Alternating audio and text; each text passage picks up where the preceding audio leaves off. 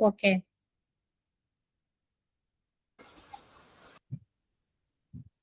No, when we start, we can record. Divya, you have to wait for the chat. Please understand. Murali Bhaskaran sir has come. Good evening, sir. Now we will start actually. Shall we start, sir? Murali Bhaskaran sir. He's on mute. Okay, we'll start, ma'am. You know, he has come. Okay. Very good. Go on. A very good evening, all of you. Good evening. Good evening. This is Kanchana from SSN College of Engineering, who is going to compare for this event. Today, I'm very happy to welcome all of you to the student-led webinar hosted by CSI Chennai chapter among the CSI Region 7 chapters. So now we have with us our department student, Mr. Abdiel, with us. I welcome him. Now, in order to start formally, I would like to request our CSI Chennai chair, Dr. Murali Bhaskaran, who is a professor from Rajalakshmi Engineering College, to welcome the gathering. Over to you, sir. Yeah, thank you, ma'am. First of all, I thank you all for attending this program, and I welcome Abdiel, Kanchana ma'am, and PVS sir, and all the members and students community, faculty members for joining this wonderful program, webinar on cryptography. Once again, I welcome one and all for this program. We plan to conduct this student seminar for every month on third Saturday. So this is the first meeting, and we are conducting for this academic year. Thank you. Thank you, sir. Thank you. Over to ma'am.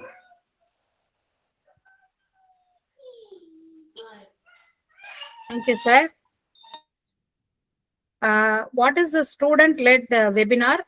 Overview will be given by Saravakumar sir, who is a professor of practice in Sri Ramakrishna Engineering College, visiting faculty in PhD College of Technology, and former director, Cognizant Technology Solutions, and also former chairman, CSI Coimbatore chapter.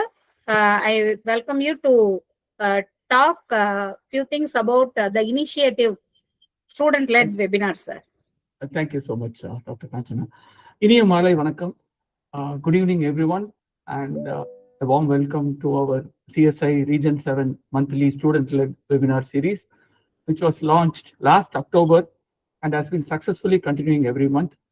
When we introduced this student-led webinar series through our CSI Coimbatore chapter, our objective was to provide students with a platform to showcase their knowledge, enhance their presentation skills, and also share their perspectives on emerging technologies. I'm really happy to see this initiative continue successfully, encouraging students to become active contributors, innovators, and future leaders in the technology domain. As part of this initiative, we are committed to providing students with the necessary guidance, mentoring, and support to help them develop their skills, build confidence, and bring out the very best in them. At this juncture, I would also like to express my sincere appreciation to Mr. P.V. Subramaniam for his extraordinary efforts, commitment, and dedication in sustaining the momentum of this student-led webinar series and ensuring its continued success month after month. Today's topic, AI in cybersecurity, defending against deepfakes and AI hallucinations. This is a topic. This is highly relevant because artificial intelligence continues to transform the cybersecurity landscape, bringing both exciting opportunities and new challenges as well. AI is a powerful technology, but it also introduces emerging threats. In this session, we will explore how AI can be used to defend against cyber threats such as deepfakes, while also addressing the challenge of AI hallucinations in security critical environments. To take us through this important topic, we have a talented student speaker with us today. Please join me in welcoming Mr. Abdiel A. Samuel Magdi, a third-year CSC student from SSN College of Engineering. I congratulate Mr. Abdiel A. Samuel Magdi for taking up this timely and important topic. I also thank the CSA Region 7 and CSA Chennai chapter for continuing this valuable initiative. My special thanks to Dr. Kanchana for mentoring and supporting the student through the dry run sessions, which we had a couple of days back. I also encourage all participants to actively engage in this session and make the most out of this learning opportunity. The speaker introduction will follow next. Thank you and wish you all an insightful and enriching session. Thank you. Thank you very much, sir. Now I'm very happy to introduce my student, Mr. Abdiel A. Samuel Magdi. Actually, I'm very proud that I have handled 2 courses for him, and he is very enthusiastic student, and he is a third-year computer science and engineering student. He has a strong passion for AI, cybersecurity, software development, and emerging technologies. I'm very happy to introduce Abdiel to the audience here. He actively participates in technical communities and student-led initiatives, contributing to event management, content creation, and technology-driven projects. Abdiel has worked on several software projects, including AI-powered applications, designing, and full-stack development projects. His interests extend beyond academics by exploring real-world applications of technology, particularly in the fields of AI, automation, and digital security. And he is also a curious learner who enjoys exploring technology and learning from the experiences of others. He actively participates in technical discussions and student activities, believing that knowledge grows best when shared. He hopes to continue learning, collaborating with peers, and development skills that will help him to make meaningful contributions in the future. Through this, his involvement in various technical clubs and collaborative projects, he continues to develop leadership, communication, and problem-solving skills while staying updated with the latest advancements in the technology industry. He aspires to contribute to innovative solutions that create meaningful impact through technology. I'm very happy and I wholeheartedly welcome Abdiel to give this lecture. And the lecture, today's talk is very interesting one. Nowadays, AI has become one of the most transformative technologies of the modern era, revolutionizing industries ranging from healthcare and finance to education and cybersecurity. While AI has significantly enhanced our ability to detect, prevent, and respond to cyber threats, it has also introduced new challenges that cyber defenders must confront. Among the most concerning developments are AI-powered deepfake attacks, which can generate highly convincing fake voices, images, videos, capable of deceiving individuals, organizations, or even governments.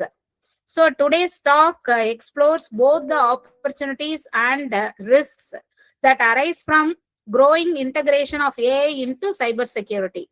The session will examine how cyber criminals leverage AI technologies to automate attacks, create sophisticated phishing campaigns, and conduct social engineering operations using deepfake content. In the recent days, we came across various misuses of AI by morphing and even changing the voices aptly.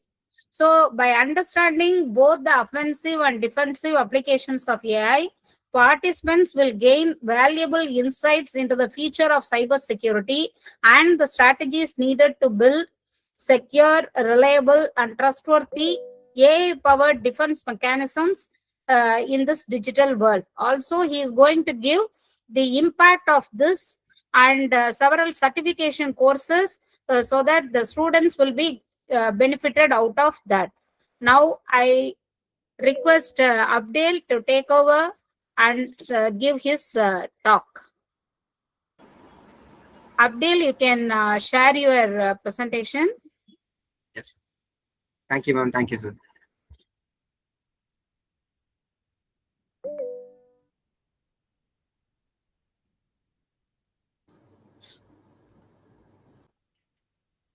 Go to the first slide.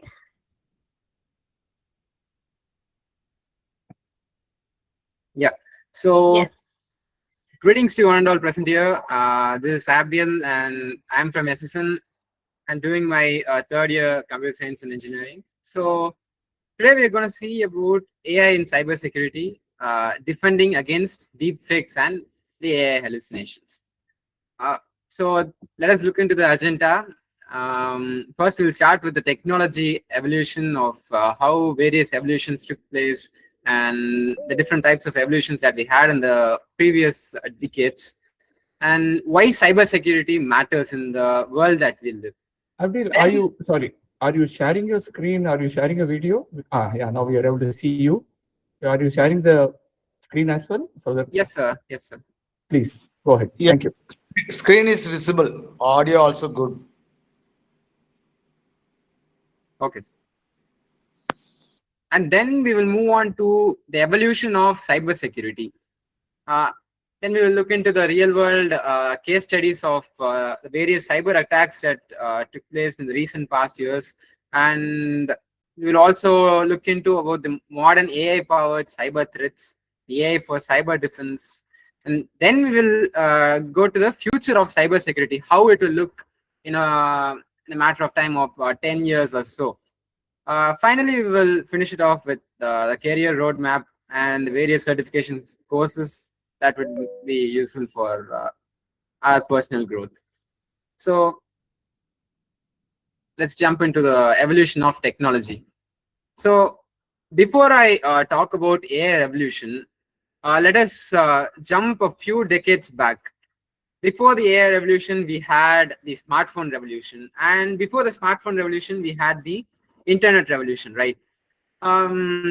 Imagine that in the olden days, the people used to stand in a large queue and wait for hours to transfer a small amount of money from one account to another account in the banks, right? And that was a frustrating process. Sometimes the bankers would leave for lunch and they had to wait for even more longer.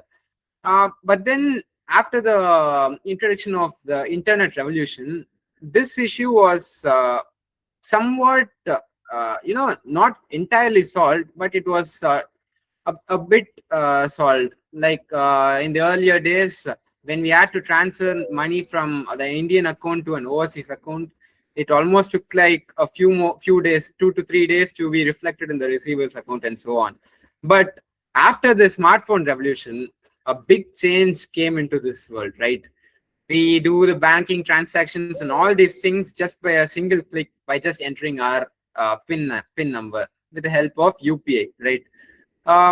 But when UPI first came in 2016, the system faced significant challenges. Whenever a revolution comes into play, it will initially have its limitations and it will have a lot of defects along with it. But as time moves on, as time goes on, a large group of developers and scientists work on these things continuously, and they provide a reliable system for the user, and they also make sure that the user is satisfied in each and every transaction that he does. That when this UPI came in 2016, there was this one thing that was a major issue. That is, whenever we transfer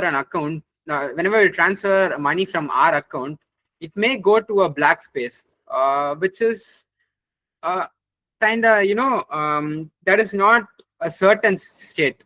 That is, whenever we send money from our account, the money would be debited from our account, but it doesn't ensure that the same amount of money is being credited into a receiver's account. This is a major issue, right? Be it a large lump of money or even a small amount of money. Money is money, right? So this was a major issue, and people lacked trust in UPI initially. But in today's world that we live, the UPI is a major UPI plays a major role, right? Billions of money is being transferred every single second, and that is how revolution actually comes into play. It will initially start with a lot of limitations, and as year goes past, all these things would get sorted, and in 10 years span we have a very reliable UPI system, and people have also gained trust in the UPI, right? Likewise, AI, when AI came, people were telling, okay, AI can't replace human, and AI can't generate realistic videos. Giving us such example, um, when in 2023 there was this famous meme that broke the internet. That is the AI generated video of Will Smith eating spaghetti, right? Whenever technology comes into the market, people will get craze about it, about the features that it has. But when this video was generated, people started criticizing AI, saying that, oh my god, AI could never generate a realistic video. In a few years or so, it would take at least a decade to create a realistic human-like AI generated video. Because the 2023 video, the lips were not moving properly, and the spaghettis were above his mouth, and it also had distorted faces and all these things. But in a span of 2 years, in 2025, with the help of Google VO and the various AI technologies that we have to generate the AI generated video, a group of people worked on it to generate the same Will Smith eating spaghetti. And look at the result, how realistic it is. And people were really astonished and shocked about the result it gave. In 2023, the same people are telling AI could never, not never, but it would take years for AI to generate realistic videos. But see, we can't even believe what we are seeing. It is so realistic, right? And there is a saying that AI improves exponentially, not linearly. The previous revolutions that we had, they took a decade, or they took 10 years of span to, get the perfect product. Not 100% perfect, at least a 90% perfect product, to make it reliable and trustworthy for the user to be make use of these products. But the AI evolution, it's just booming out, guys, and it's growing like a cancer cells going inside our body. Okay, moving on to the next thing, why cybersecurity matters. Before I jump into this, I would like to give another example. Imagine that you're working in a company, and your CEO is, he's keeping a meeting at 11 p.m. in the night, and all the board members are joining the meeting, and the CEO is telling to you that, okay, so kindly transfer, we have a thing to be done, so kindly transfer 2 crores of amount from our association to the trust that we own. And you have no other choice, right? The CEO is telling a thing to be done, and you should ensure that the things are being done. And the same way, the 2 crores of amount was transferred to the trust of the company.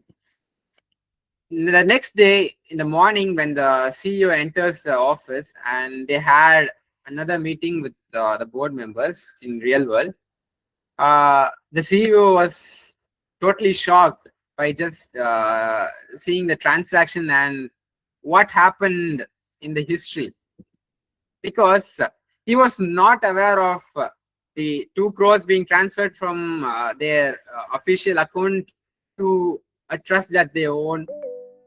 Because what I'm trying to say is that the CEO who spoke at 11 p.m. was a cyber attacker, was a cyber criminal, and all the other employees that attended the meeting, that were present in the board, were misleaded, and they were,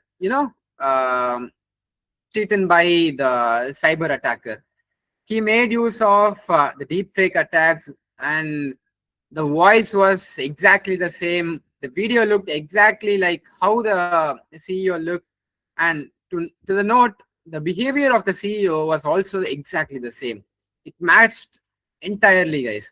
The way he swept his face, or the way he swiped up his hair, all these behavior were also, taken into account, and everything matched exactly. The earlier AI models that we had, we could match the faces, we could match voices, but the behaviors of each and every individual, that was, a limitation. But in today's world, we could even do that. We could generate the behaviors, faces, and voices. And speaking of this, we may think that how the cyber attackers or the cyber criminals take all these data from. Nowhere, guys. It's from the open source that we upload.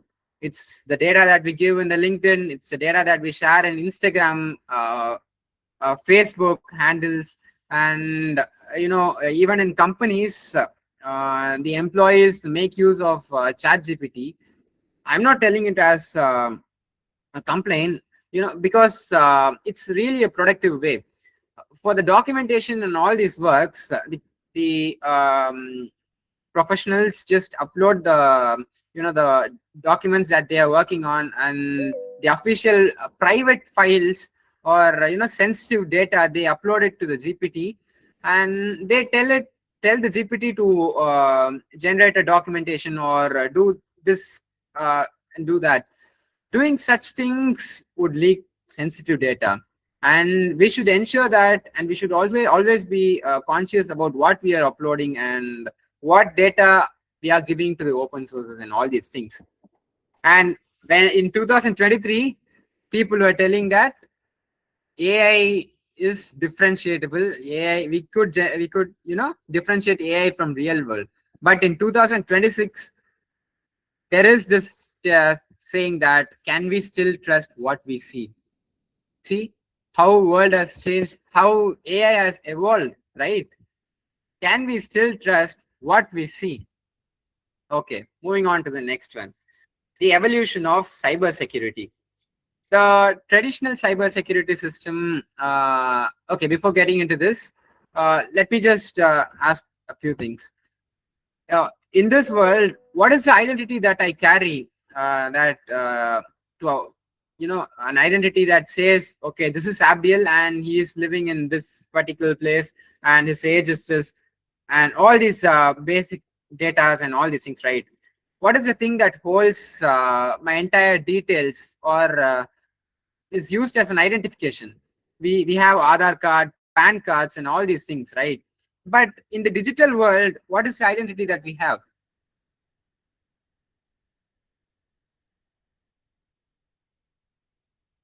Okay, in the digital world, the identity that was existing was the digital signature. And there was, I would like to also mention a product which was developed by Odyssey, which is named as Zorky email. So what this email does is that, generally in a company, a group of people would have the CEO's mail. That is, the higher level people will have the CEO's mail, like the senior manager, or these higher officials will have access to CEO's mail. So let's say that you are mailing to another company, or whom you are trying to get a partnership or something. How will that company know that this mail is verified by the CEO? Oh, definitely that mail is coming from CEO's mail, and several other people also has access to his mail, right? So how will that other company's owner know that this mail is verified by the CEO of this company? That is when digital signature comes into play, and that is when you make use of Zorky mail. So what the Zorky mail makes use is that whenever a mail is sent from the CEO's account, the CEO will automatically get a pop-up notification saying that, are you trying to send this mail with the details of whatever is contained in the mail? It will give a summary of the details, and the mail will be sent along with the digital signature only if the CEO accepts the request. If he rejects the request saying that, oh no, it's not me, it's just a bluff, the mail will be sent without the digital signature. So in previous in a few years back, the digital signature was a technology which was used as a security tool. And we also have various antivirus things, right? Not on care and all these antivirus to detect the a patterned malware attacks and all these things. Then we had the rule-based systems. But in the modern cybersecurity world, we have AI and machine learning. So AI and machine learning, initially when we train these models, they will have a very less rate of efficiency, right? But when we train with when we train them with the proper data and also make sure that they are not overfed or they are not underfed with data, the AI model gets trained, and by the next testing, the model gets very much effective and efficient. That is how the cybersecurity of this age is being made. Because Abdiel, shall I ask question? Yes, sir. Actually, nowadays people are telling that digital signature means signing and scan the digital sign, and then they are sending as a digital signature. Is it correct or something else we need to do? Sorry, sir. Can you please repeat? Signing on paper and take the photo and then send.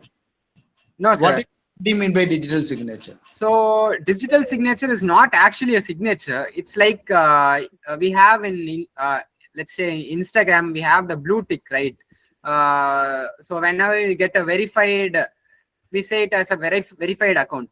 Likewise, the digital signature is like a tick mark that that we get as assurance that this is verified by the CEO, and this would appear at the top of the email. So like with a green sign and all these things, that this is verified by the CEO. That is what is meant by digital signature. Okay. Yes. And yeah. So in the modern world, we have the malwares, the mutating malware attacks. It doesn't hold any pattern. And in that cases, the AI and machine learning is very much effective, guys. It's way much effective in handling all these mutative malwares and things. And then we have the behavioral analytics. Like I said, the previous model lacked the behavior replication, but now we have the behavior replication and all these things, right? So security platforms, these are the few security platforms, the SIEM, SOAR, EDR, and XDR. So yeah, moving on to the next thing. This is the first attack that I would like to tell about. This is just Stuxnet. So it says that cyber meets physical. So whenever we talk about cyber security or cyber attack, the first thing that comes into our mind is, okay, this is an attack that happens in some software or something like that, right? Something related to software. But the Stuxnet was a revolutionary attack that attacked physically. This was also known as the Iran attack. So I will just give a brief of the timeline. So this malware was discovered on 17th June of 2010, but then after a month only the world came to know that, okay, there is a malware like Stuxnet going on around, and this infected over 2 lakhs of computers, and many countries were affected by this. So this initially took place in the Iran nuclear power plant. So there is this thing called centrifuges. So for a better understanding, I would like to say that centrifuges is like a rotating machine, like the front load washing machine. It would have rings that runs in good pace, not too fast, not too slow, in a normal pace. Okay.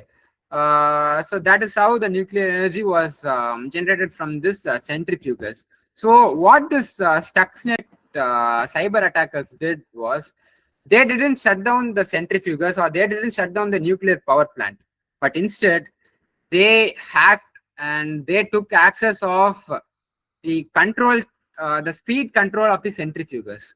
Let's say that in a day, 3/4 of the day, the centrifuges would run too fast, like very fast. And the remaining 1/4 of the day, the centrifuges would be dead slow.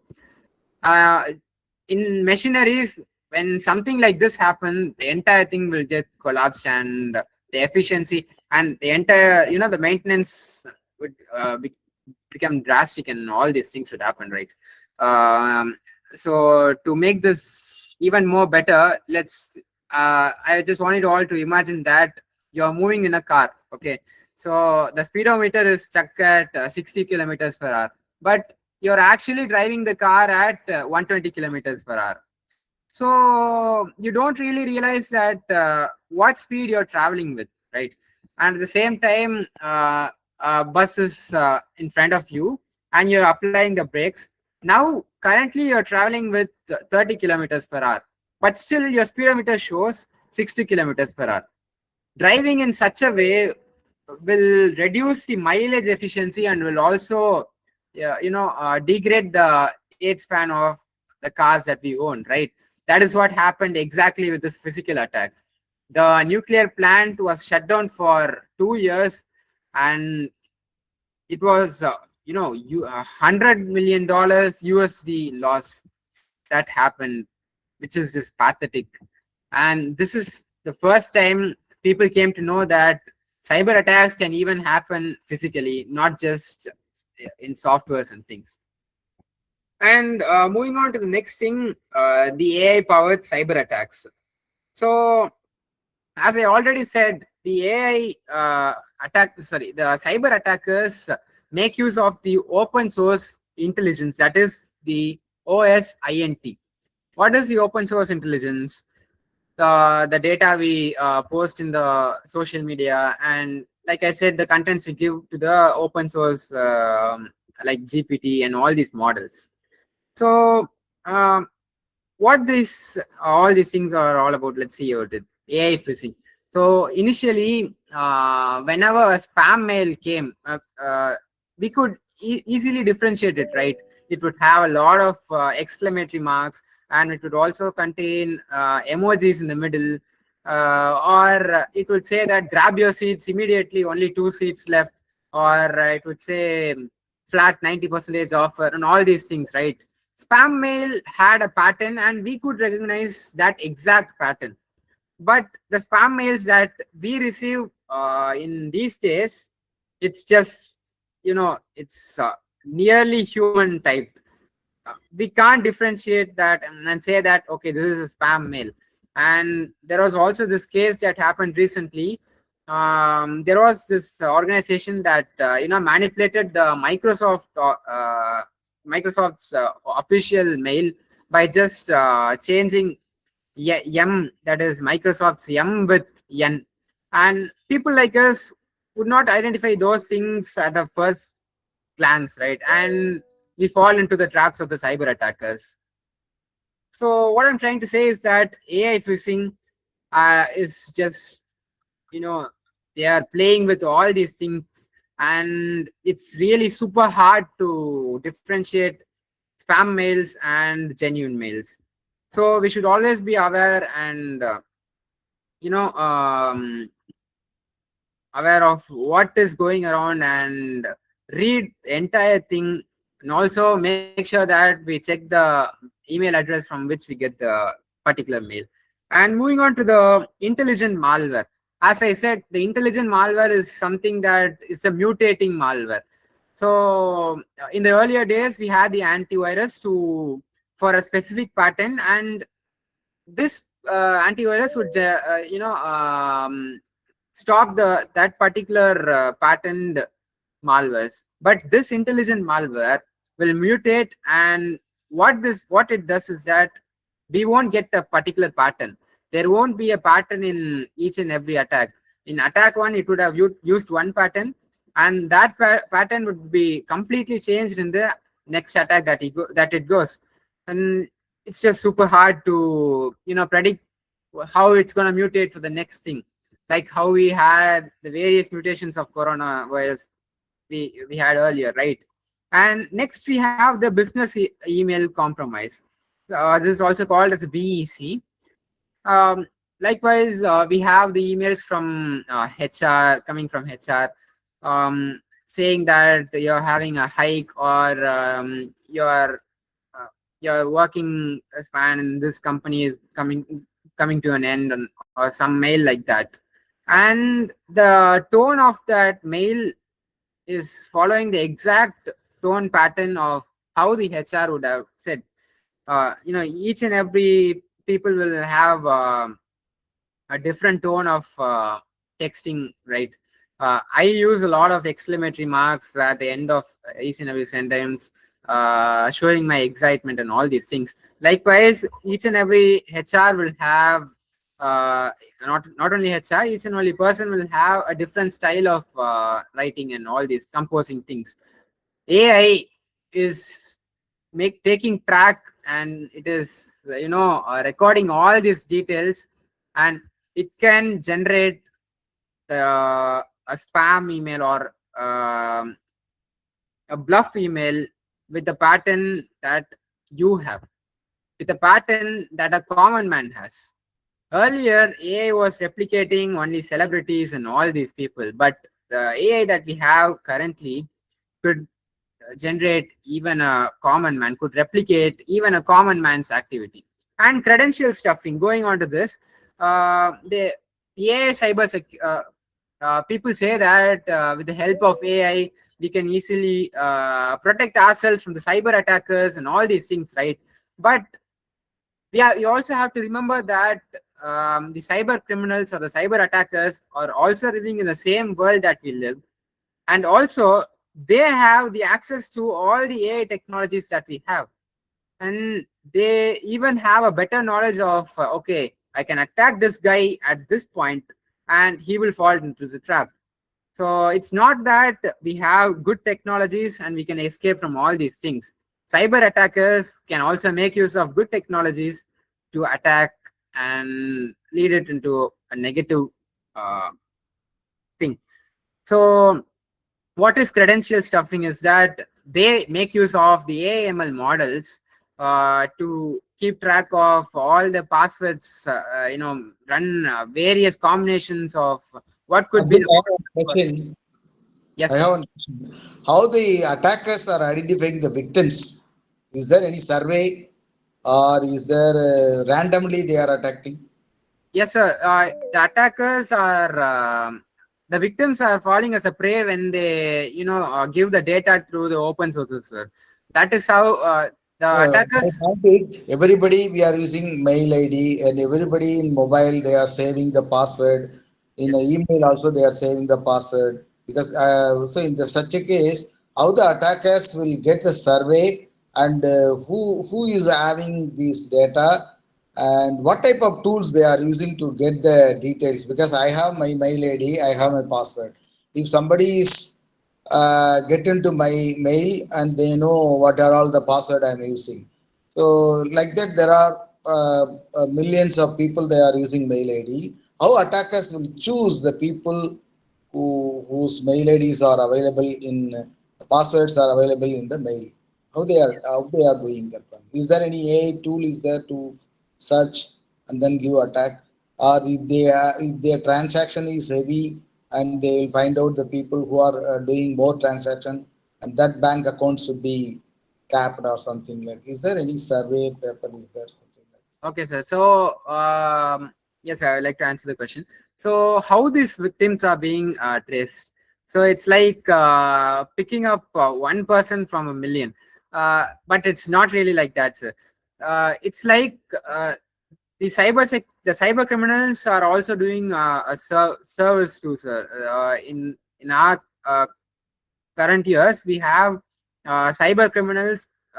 We can also rent cyber criminals to do a service for us. So let's say that we are having a competitive company or something.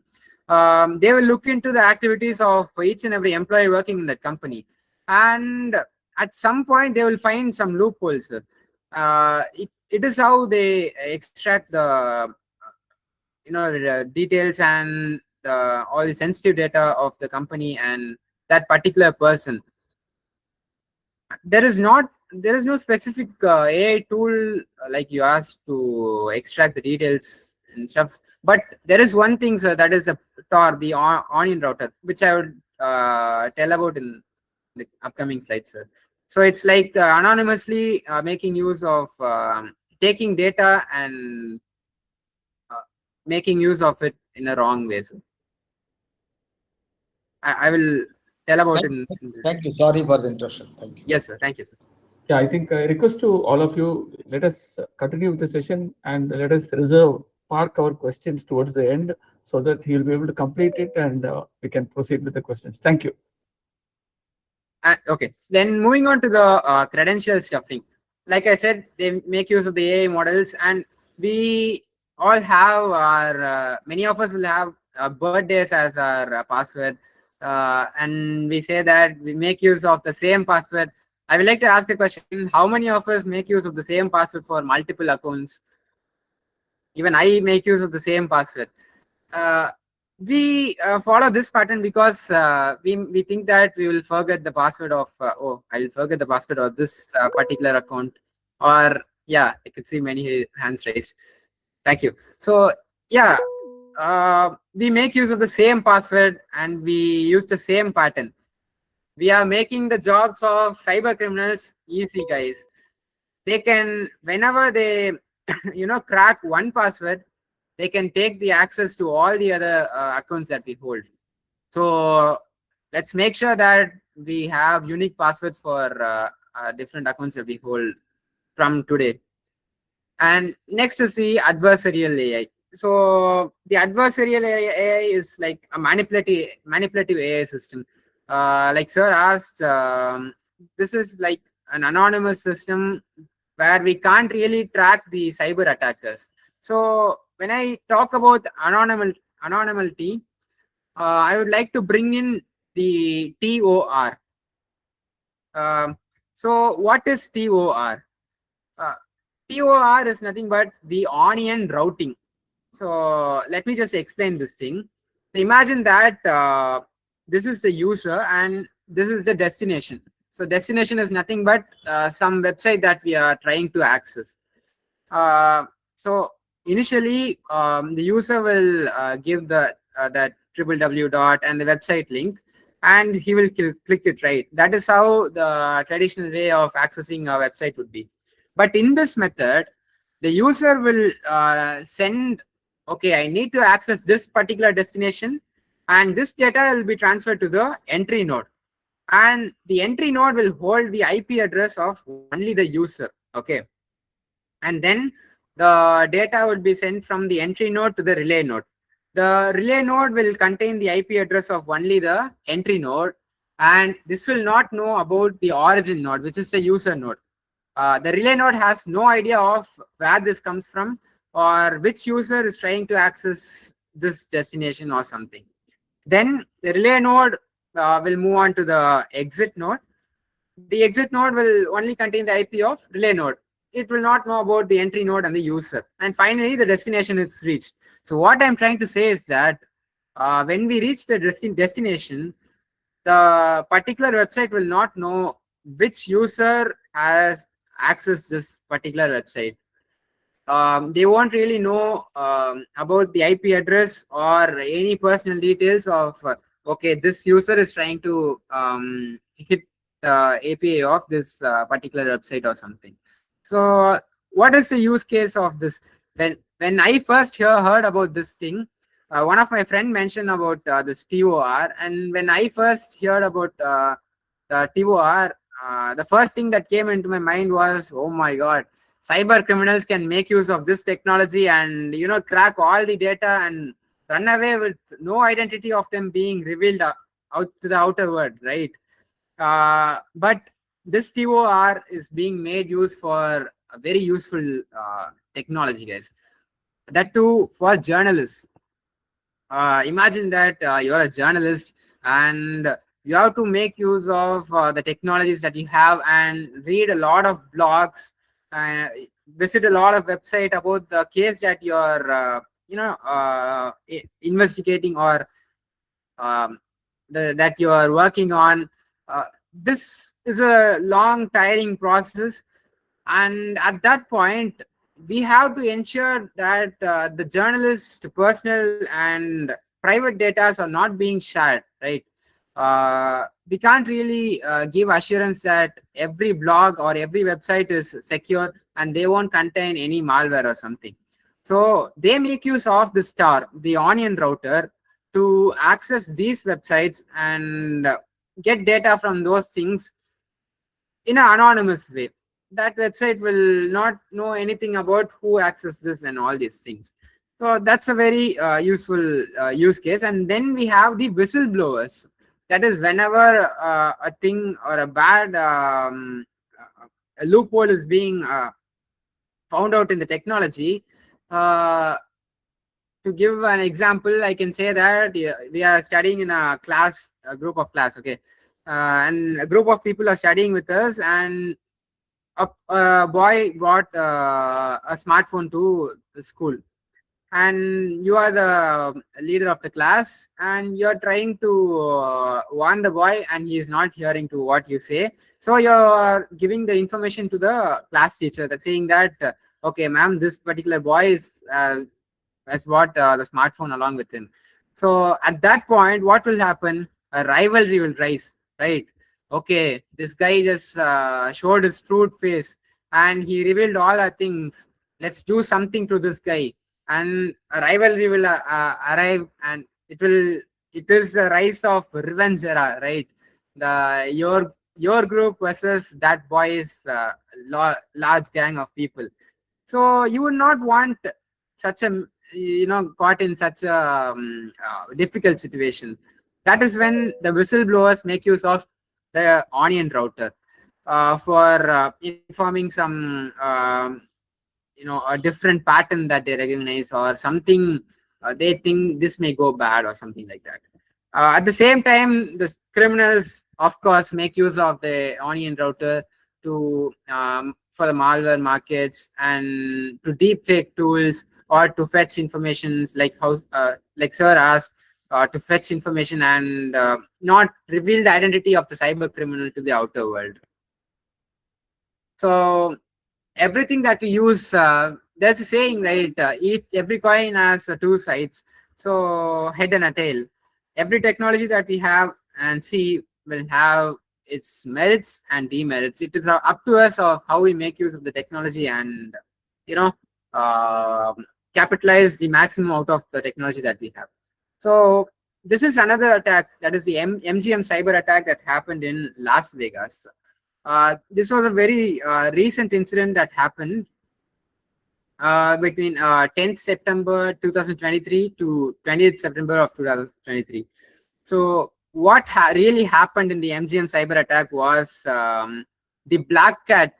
They made use of the social engineering, and they somehow got access from the IT wing that they have. The entire MGM luxury hotel was shut down, and people paid like 40,000 USD to stay in this luxury hotel. But imagine that their access cards are being blocked and their bank accounts are not working. The servers are totally shut down. Literally, the MGM workers, luxury hotel workers, took a pen, paper, and they sat out like how people used to write all these things few hundred years back or something, yeah, right? And they brought cash to pay the bills and all these things, and the access to the rooms were also made manual. So we think that in the digital world we have everything handy in our hands. We can do all these things, but still this incident just blown the entire world, and this made the people realize that, okay, the same way that raised us to the top of the world, or let's say to above the clouds, can still bring us to the entire bottom and make us sit with paper and pen to do small calculations and stuff. This incident costed the MGM luxury hotel with 100 million USD financial loss, and this also exposes personal details and various informations like the license, passport, and all these sensitive informations of the people who are staying in that MGM luxury hotel. So moving on to the next thing, deepfake attacks. So when I talk about deepfake attack, it's about it's a two-word combined. It is deep learning and fake, right? So what are deepfake attacks? We have the AI generated video, audio, images, voice clones, and all these things. Like I said, when I begin that speech, that we have a very good video generative model and the CEO theft, which I gave as an example. All these things comes under the deepfake. So the deepfake generally has this runs on GAN network, that is generative adversarial networks. So the GAN will consist of the deepfake generator and deepfake discriminator. So the deepfake generator is used to generate the deepfake videos and all these manipulative things. But at the same time, the deepfake discriminator is made use to identify that whether this is deepfake generated thing or this is a genuine thing. But with the technologies and the advancement of AI that we have, the deepfake discriminator fails to discriminate this is deepfake or a real video or something, because the deepfake videos that we generate in this current era that we live is way more advanced and it's super real. It's pretty hard to differentiate all these things. And this is being an upper hand advantage for cyber attackers to make use of this loophole and survive a few more years cheating people and making fraud all around the places that we go.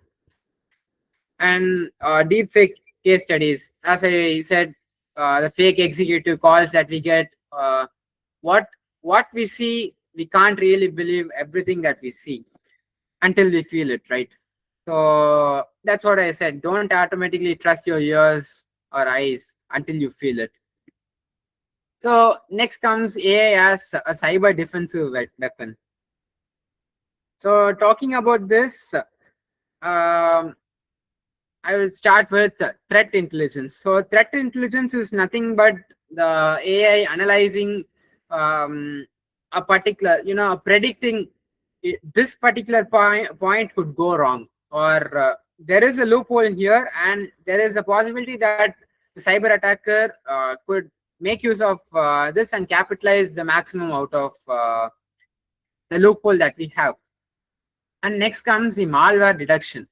So the malware detection is like what we saw earlier. The AI models that we have can detect the mutating malwares.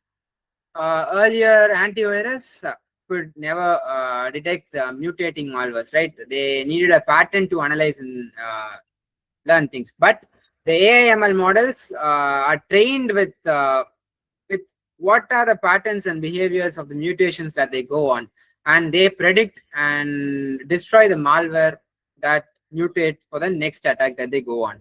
And next comes the UEBA. So sorry, what is UEBA?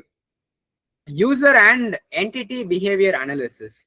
So AI learns normal user activities. So whenever an anomaly occurs, the alerts are being generated. And what these alerts are like now, let's take Netflix as an example. So I have my Netflix account. I live in Chennai. So when I went to Ooty for a vacation, when I try to log into my Netflix account, even after entering the correct user ID and password, the Netflix demanded a two-factor authentication. I was so frustrated. Like, man, this is my Netflix and I am entering with the same, the correct user ID and password, but it's still asking for a two-factor verification. But then why it asked for the two-factor verification was, there was a change in my location. there was a change in a location that I live. I live in what the model understands is that, okay, Abdiel, this guy lives in Chennai, and now that account is being accessed from Ooty. So there is an anomaly, right, in the locations that we live. And that is why we get a two-factor authentication whenever we travel to a long distance and try to log into our Netflix accounts and all these things. And the next thing, the SOC automation.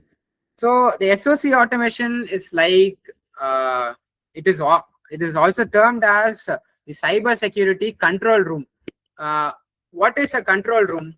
How will a control room look like? It will have like hundreds of machines in front of us, and each and every machine will contain the CCTV footages of what is happening around us or what is happening around the premises that company holds, right?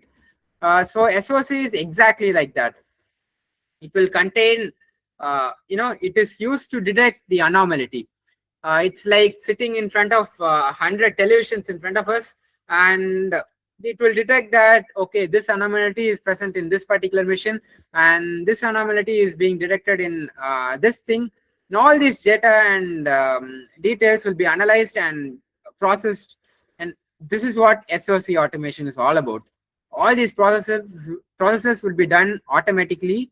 So instead of manually checking thousands of data, it is impossible to check thousands of anomalies and recover from the anomaly, right? We need a large manpower for it, and we also need a lot of time to be invested in the automation testing. That is when the SOC automation comes into play. It takes care of all these things. Like, man, you can sit in your chair and chill for a few minutes, and all these things will be done in a few seconds or so. And then we come to the vulnerability management. So vulnerability management, this thing can be made use of by following the best practices in things that we do, or the products that we launch in our companies, or the solutions that we provide for the various problems that we have. We will look into the various best practices at the end of the session. So previously we saw about AI cyber attacks, and now we are seeing about how we can make use of this technology for cyber defense, that is for a good cause, right? Then we will see the future of cybersecurity. Okay. Now we are moving on to generative AI risks. So what are the risks that we have? Model theft, prompt injection. So model theft is like we are training a model so hard to detect this particular malware and all these things, and at one point it becomes saturated, right? Like now we have the AI generated thumbnails for each and every YouTube video that we see, and whenever I open YouTube, when I scroll down, I could identify that, okay, this was an AI generated thumbnail. It has a pattern. It has a pattern, people. It has a color tone, and it has arrow marks from here and there. Random arrow marks not pointing to a very specific thing. We can easily identify that this is an AI generated thumbnail. So that AI generating thumbnail has become a saturation point. It has come to a saturation point that people started, oh, come on, yeah, this is an AI generated template. So he's not even spending, is investing his time in generating a thumbnail. So why would I want to see his content or so? People skip videos like that. So that is what model theft is all about. We train something with a feed of data, and it becomes overfeed, which will make the model, less efficient, and the cyber attackers get saturated of the data that we train with. Then it's a data poisoning, that is the fetching of the data and all these things, and information leakage. This is a major threat. Even in this AI world, we have people, non-trustworthy people, who leak personal details or the sensitive company details for money and profit. When I talk about this information leakage, in 2025, the Tesla company faced such an issue. The executive manager of the Tesla was offered a few $1,000,000, saying that if you leak this particular data API of your company, we would give this much million of amount to you, and we will make sure that your data is not being leaked, and the Tesla company will not know that, okay, this person leaked this data. We can make use of the onion router and extract this particular API and leak that to the outer world, that is to the competitor. But what this executive manager did was, he didn't leak the data. He informed the executives about what was going around and what is the current situation that he is trapped around. And simple, guys, the Tesla was saved from that day, and it was, really a great thing to not fall for such traps or a lump of money or something. So we should always be mindful of what we leak or what we upload in the social platforms or the various things that we have, because it is the potential data exposure threat that we have ahead of us, guys. So moving on to another case survey. So this was the McKinsey case. This was done very recently. That is, you can see the timeline. This was from 9th of March till 11th of March of 2026. So what this McKinsey was all about is the McKinsey Lily, an AI platform called the Code Wall. They demonstrated that, say, McKinsey, you have these many loopholes. This particular API, they have a weak point, and the SQL queries of your system is struggling a bit to, give the next level of security or high assurance reliability to the user. Now all these data were set by the Code Wall. Code Wall is nothing but it was an AI generated cyber. I wouldn't say it as a cyber attack, but it was an AI generated thing which was tested by McKinsey to analyze that what are all the things that they have to be put into the right place before establishing their product to the real world that they have. And in such a way, it's just so scary to hear things like previously we had cyber attackers, cyber criminals to run a cyber attack on a company, right? But now it's time, guys. Like, it's time for AI to take over all these things. Like AI powered, not only AI powered, an AI agent is automatically doing cyber attacks on AI system. And in future, it's gonna be multiple AI agents attacking multiple AI cyber systems and fighting with them like that. Before we had a human accessing this particular tool and attacking this target, getting data from him and all these things. So moving into this AI powered world, if we say that I can just manage with the modern with the traditional cyber security things that they have, I won't believe that AI will replace all these things. Then we are not in the right path, guys. Standing in front of AI powered cyber attack with the cyber security tools that we have is like going to a war without any armor or a sword. AI is standing in front of us with big sword and all the armor and shield. AI is wearing it, and we can't just go bare hands and say that, hey, I can defeat you with my tools. It's not going to happen like that.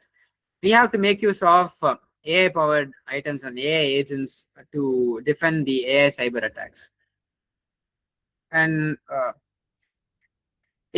and what this McKinsey saved was it was 7,28,000 files, and all these data were saved from going into the hands of cyber attackers. Next comes AI hallucinations. So speaking of AI hallucination, AI hallucination is AI generating something incorrect very confidently.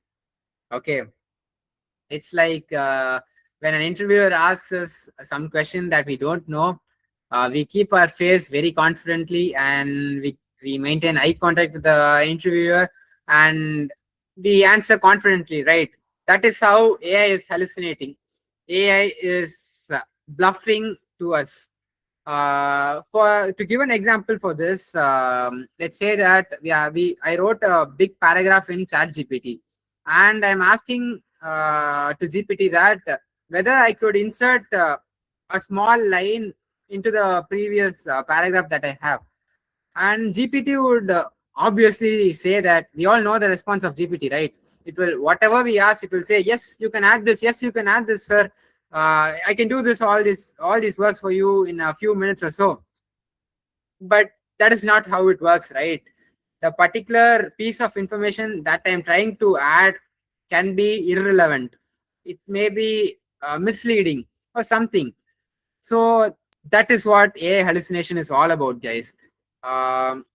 Whatever information we give, accepting that information with no regrets or with no no barriers is what AI is lacking, and that is what the ChatGPT model has one of its limitation. And next, let's go on to low hallucination defense system. So hallucinations, it is impossible to eliminate hallucination totally, but we can reduce the hallucination with the defense systems that we have. That is, let's say, human in the loop. Let me come to RAG later on. Human in the loop. What is human in the loop? Human in the loop is nothing but keeping a particular person. Let's say that the AI will fetch these many datas, and it will give to the person sitting in that particular critical point, and this person will manually validate these things. Okay, all these processes are being done properly, and this can go to the next level, and that is how that process is going to the next level. That is what human in the loop is all about. Then we have the explainable AI. Explainable AI is simple, guys. Whenever AI gives an answer, it will have a large explanation of why it gave that particular answer.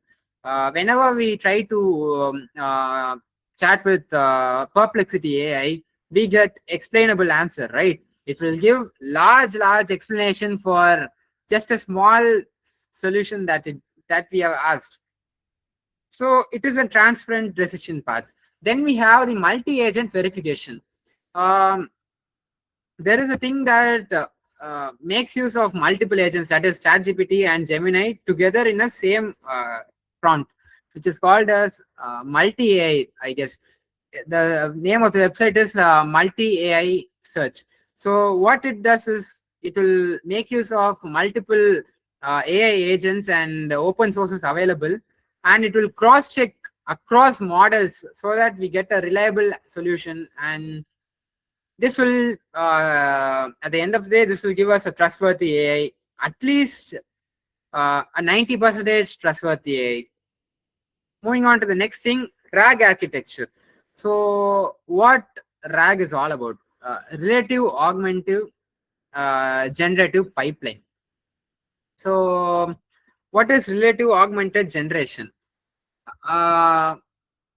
With the help of RAG, we can make sure that 90% of the solution that we get is not a bluff. So how I'm telling is that let's understand this pipeline. So whenever a user gives a query, it is converted into the embeddings and it passes to the vector database. So vector database is fed with the needed data, the prerequisites. So whenever we go to a workshop, we will have that these things are to be installed and these things are to be known by the particular student before coming to this web seminar or this workshop, right? Likewise, the vector database will have pre-written data that is required for the prompt that we are giving. Then the retrieval layer. The retrieval layer will find a match of how much this particular token is matching with the token of the data that we have in vector database. So how close the tokens are matching, that is how the data is being retrieved from the vector database, and it would flow to the LLM and we will get a verified response. So doing in such a way, we will be sure that whatever data we fed into the vector database is true. Then our RAG is 100% correct. But when we feed some misleading information into the vector database, then it's obvious, right, guys? It will gain information from the misleading information and it will give a wrong response. So we should make sure that the vector databases are being fed with the right information and legit information. So these are the few tools and frameworks. There is a LangChain, and we have the N8 and all these things where we make use of the drag drop to just use the modules, and various technologies have evolved in the current technology that we live. And moving on to the next thing, industry's best practices. So now we saw about AI for cyber defense. Next, we are going to see future of cybersecurity. How cybersecurity is going to look in span of 10 years, or we can never be sure. It can even be 2 or 3 years ahead of here. So before going to that, I said, right, we will see about the best practices that we should follow in the industries. So zero trust. Zero trust is nothing but trusting nobody. Never trust, always verify. Never trust any employee working in the company. I'm not meaning it in I'm just telling a technical point of view. Never trust and always verify before doing anything.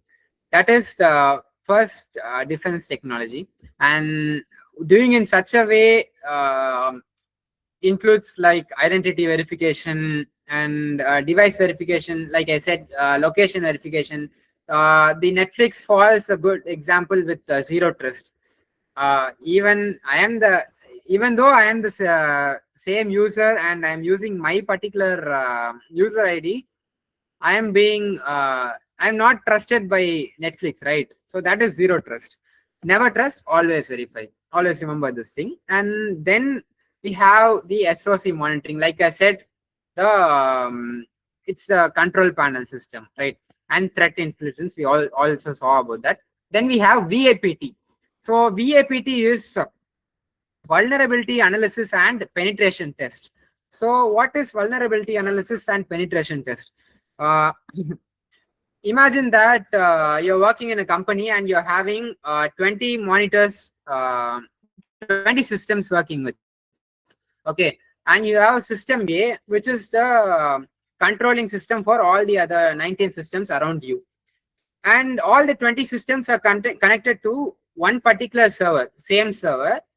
So one fine day, a cybersecurity company is coming to you and telling that, hey man, we have found one threat in the system A. There is a malware found in this system A. There is an anomaly found. So what would you say? Okay, so kindly just create a defensive algorithm or a defensive agent for this particular machine alone. But the company details are spread over all the 20 all the 20 monitors. So we may think that, okay, the malware is only in the system A. So all the other 19 systems are protected, and we can be sure that that data won't be leaked out, right? But that is not so. Since it is connected to the same server, all the 20 monitors, 20 systems are under risk. So what we have to make sure that vulnerability analysis, that is identifying that malware is present in system A, and penetration test, penetrating to all the other computers that is connected to the server of system A.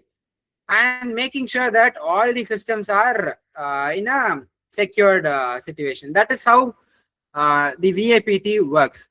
And they also give certifications also, like ISO 27001 certificate, which is that this particular company is cybersecurity certified. And we also have all these things like that.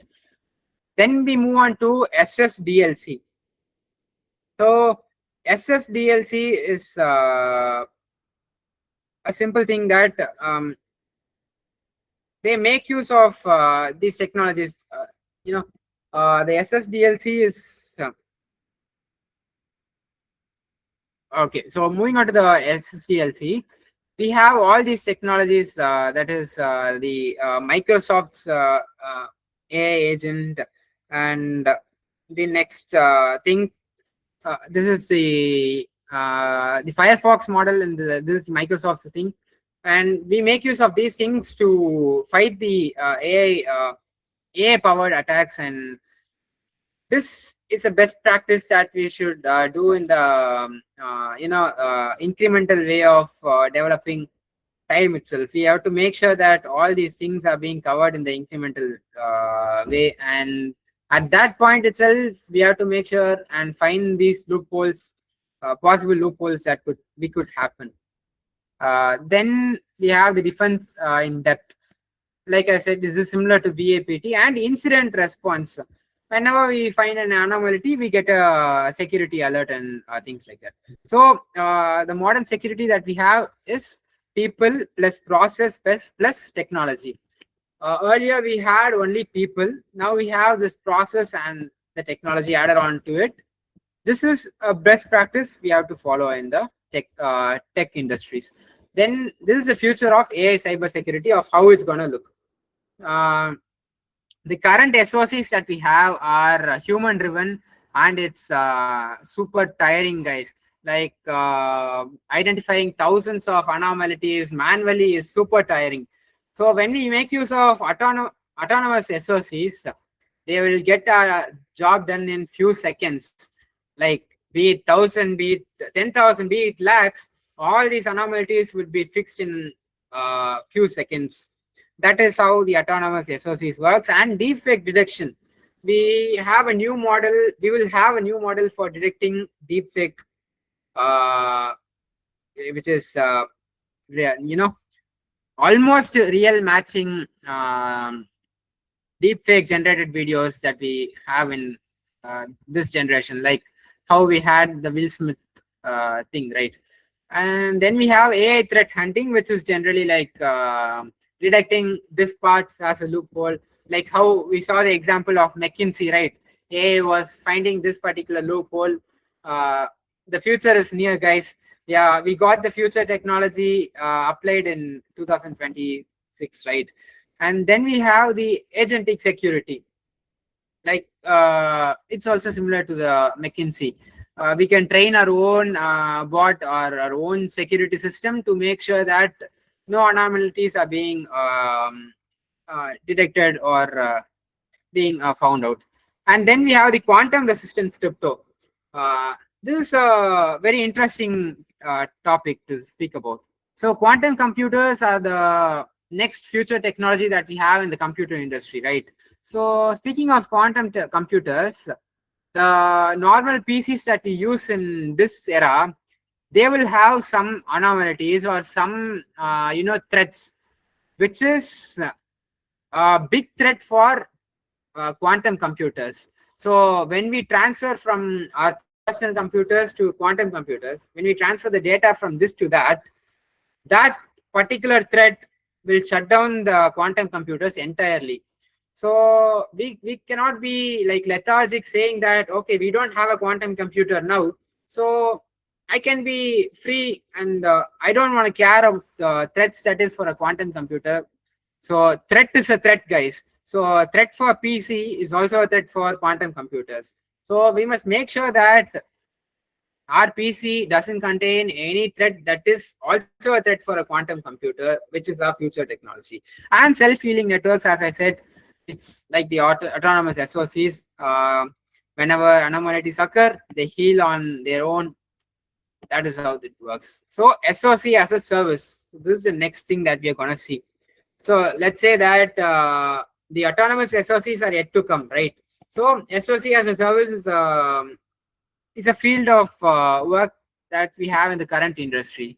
Like we can't have a large group of people to manage particular automations, investigating the anomalies, and alerting the officials saying that these things is done. So doing all these things is tiresome, and it will take a lot of manpower. So the SOC as a service will provide a 24/7 cloud-based monitoring system, and this will reduce the burden and tension of the companies that demand the SOC first service. So the leading providers are microservice Defender experts, and CrowdStrike, Falcon Complete, and the Arctic Wolf, and all these things. So moving on to the next thing, the autonomous SOC.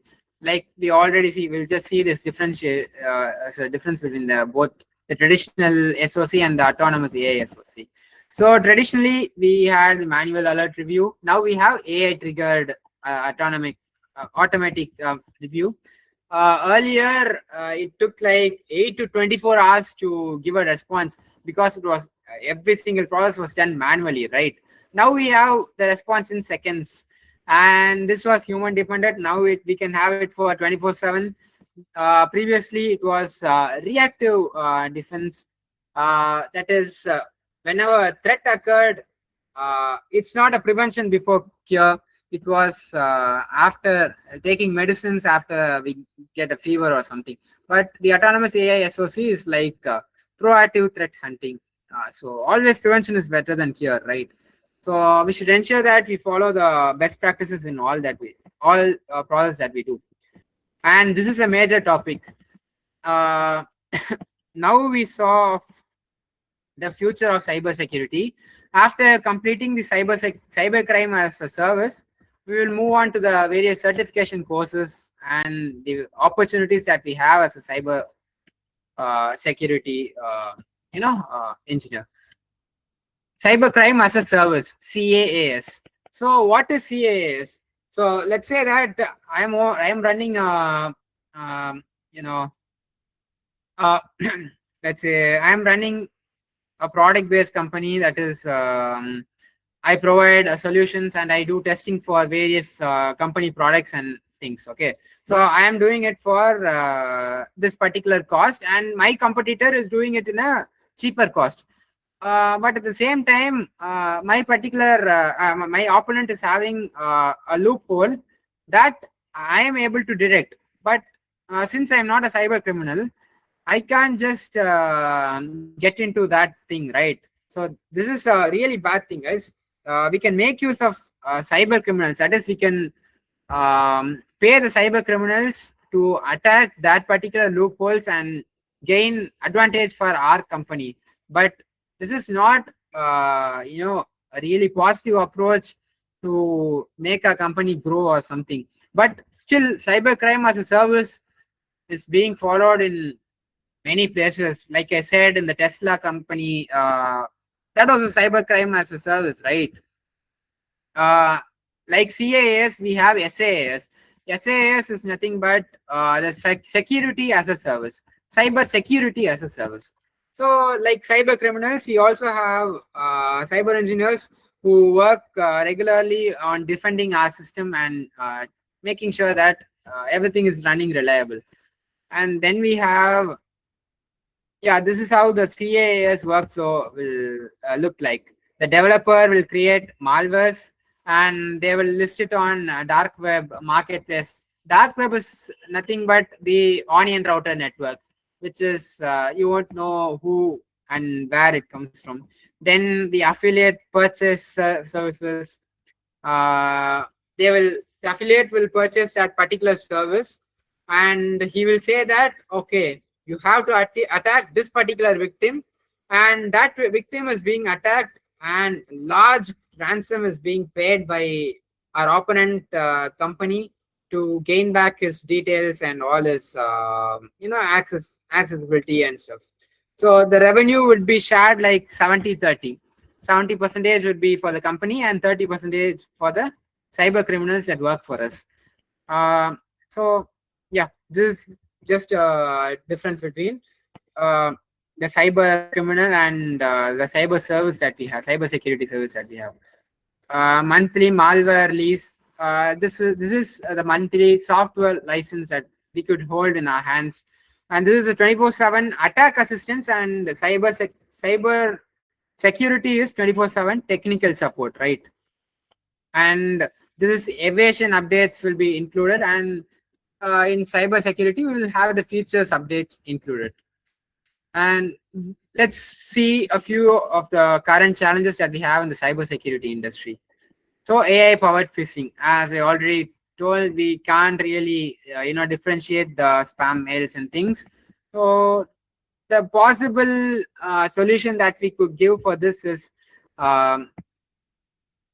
maybe we should look into everything very detailed, guys, in a detailed manner, be it email address, or be it the contents that they share, or be it the header, be it the footer. We should analyze all these things in a very detailed way. And the DMARC enforcement can also be made use to overcome this. And deepfake fraud. So how can we overcome this deepfake fraud? We can make use of a deepfake detection AI, which is not actually found in this stage. It would come in a few more years. Then we have the cloud misconfiguration, which is also a major issue in the cybersecurity. And these are the cybersecurity challenges that we have. Since we don't have much of a time, moving on to the next thing. Okay, so these are the few certification courses that I would recommend. I would personally recommend for each and every one of you to have as a thing in your hand before going out of the session. So Google is providing 6 months of this is an international level certification course. So you will learn about all these things. The SIEM, which is a cybersecurity software. So in India, this has a value of 4 to 6 lakhs. We can get a job role in SOC analyst or junior security analyst. So this is good for a beginner, good to start as a beginner. I would recommend this course definitely. And then we have the QnA Security Plus. This is a 3 to 6 months of course. And I would personally recommend this course, guys, because this is going to have a greater impact in the future technologies that is growing in the AI cybersecurity world that we have. Though we might not get much of a thing initially, but this is in the longer run, we would have a lot of profit in this particular roles that we take.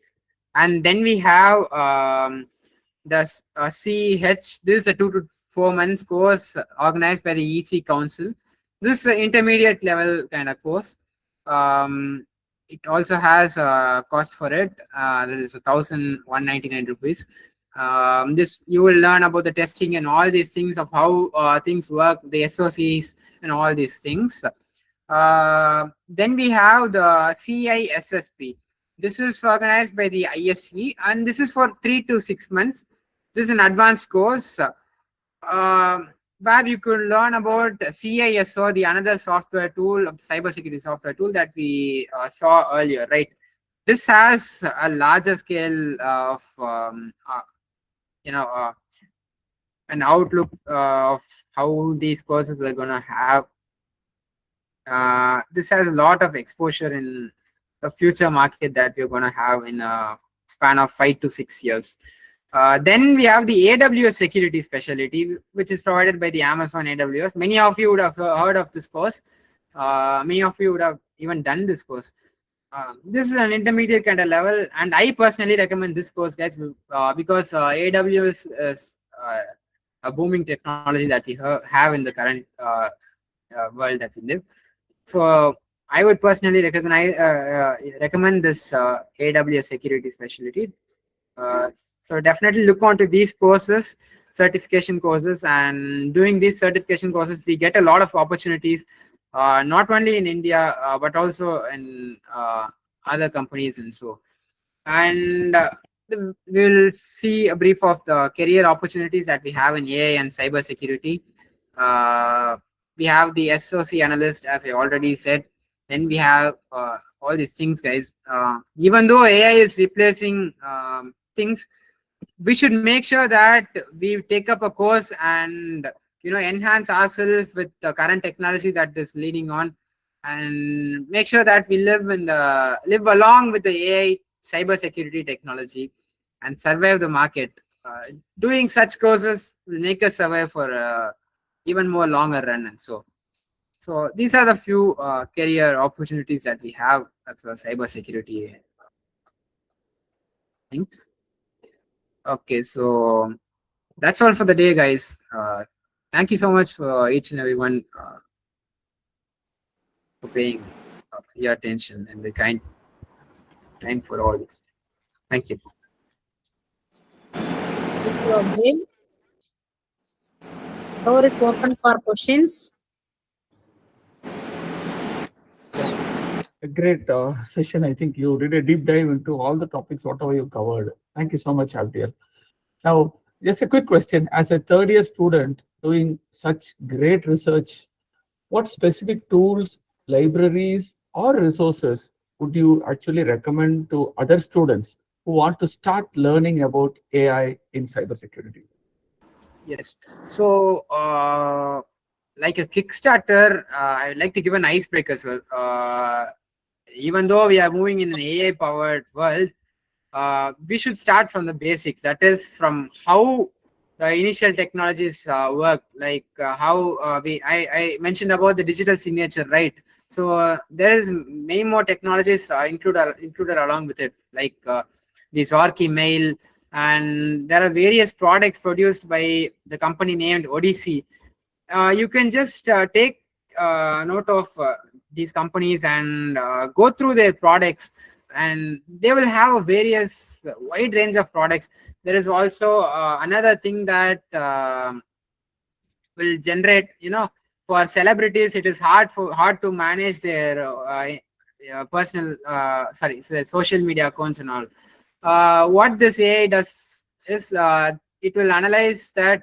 Okay, so you can have a particular people in your close friends list, and whenever a birthday party or whenever a birthday arrives in a few days, this will automatically generate you the message to that particular person. So celebrities can't handle all these things, and right. So there are many technologies that is coming with things like this. So my personal suggestion would be to start with what was in the past, like what is digital signature, what is how cybersecurity was in the initial stages, and how it's gonna go. When we take a few online courses, we'll get a few more ideas of what are the technologies that we could rely on, and how we could take ourselves forward. And we will find something more interesting when we take up a course or something, right? Yes, that is going to be the icebreaker for getting on with cybersecurity. I was actually asking about specific tools which you would like to recommend to the students who want to, start their journey in AI and cybersecurity. Specific tools if you're aware of. Yes, sir. So, like I said, the Zork is a tool, sir. They can. Maybe you can also type in the Yes, chat window so that everybody could get benefited. Thank you. So you can have this. You have this in Play Store and App Store. This will provide you a handle, Zorky handle, and you can explore on how this works with emails and things. This is how the traditional way of cybersecurity worked. And when I would also like to recommend going on into, we have something called the SOC analyzer. you can also look into this thing. This will have the entire, not only the architecture of how the SOCs work, but also this will have like a test run, or you can run a test on your own with your own products. So this was actually a good thing that I saw when I did this research work. Then you can see a little more about the CISO and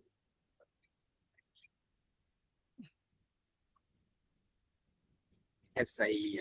Yeah, you can look into all these 4 things initially to start up with the future technologies. These actually the SOC analyzer and the Zorki are a must to for everyone to try and get your hands on it, because those are good technologies. And CISO and SIEM, we have websites for it.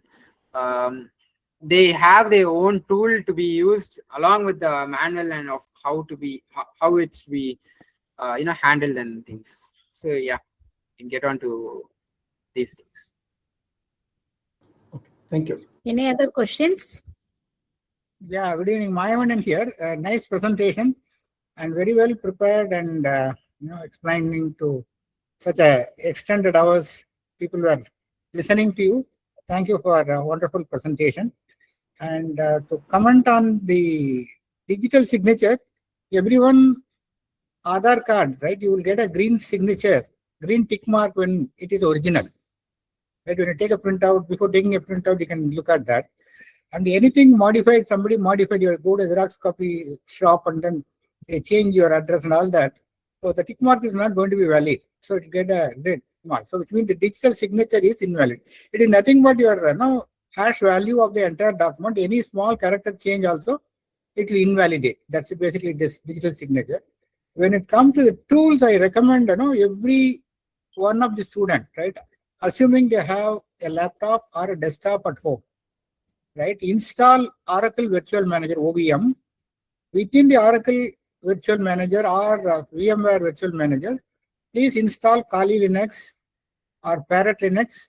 These are the fundamental requirement of cybersecurity. So many tools are built into that, and every tool need to be mastered, like Metasploit or whatever it is, Burpsuit, and even starting with Wireshark or Nmap.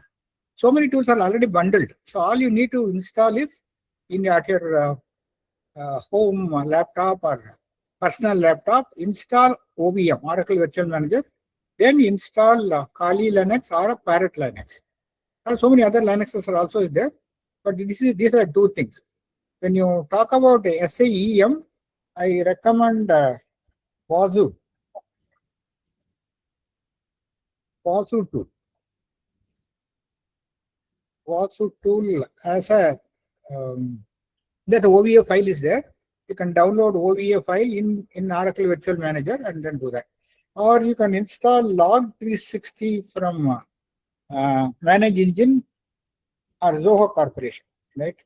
Log360 is for SIEM tool. These tools need to be thoroughly understood. When we go for an interview, right, they don't expect you to be aware of all the tools. But fundamentally, you should be aware of the technology behind these elevation of these tools, right? The attacking of these tools. This is what I recommend. Yeah, thanks for giving a wonderful presentation on AI related things. Thank you. Thank you, sir. Thank you. Thank you, Abdiel. It's a great work. You did it very nice. I now request Mr. Ramanathan, sir, Secretary CSI Chennai Chapter, is the former Program Director, Tamil Nadu Government Projects from TCS Limited, and former AVP from Polaris Software Lab Limited. I invite Ramanathan, sir, to give a vote of thanks. Yeah. Yeah, this is Ramanathan speaking. Thanks for actually the wonderful presentation. It was nearly 1.5 hours. It's a nice presentation and it's nicely articulated. It was well received by the entire audience. I guess because it was well informative. About the latest AA and as well as the cybersecurity, because I was involved in the government last almost 10 to 12 years about all the initiatives from the government side, where now I've implemented all those initiatives, whatever which we discussed about this, which we have already implemented. But anyway, now the technology also evolving. A lot of things are already it is in the it is evolving. So thanks for the detailed presentation, and thanks one and all for the entire team, and as well as the participation from the different people.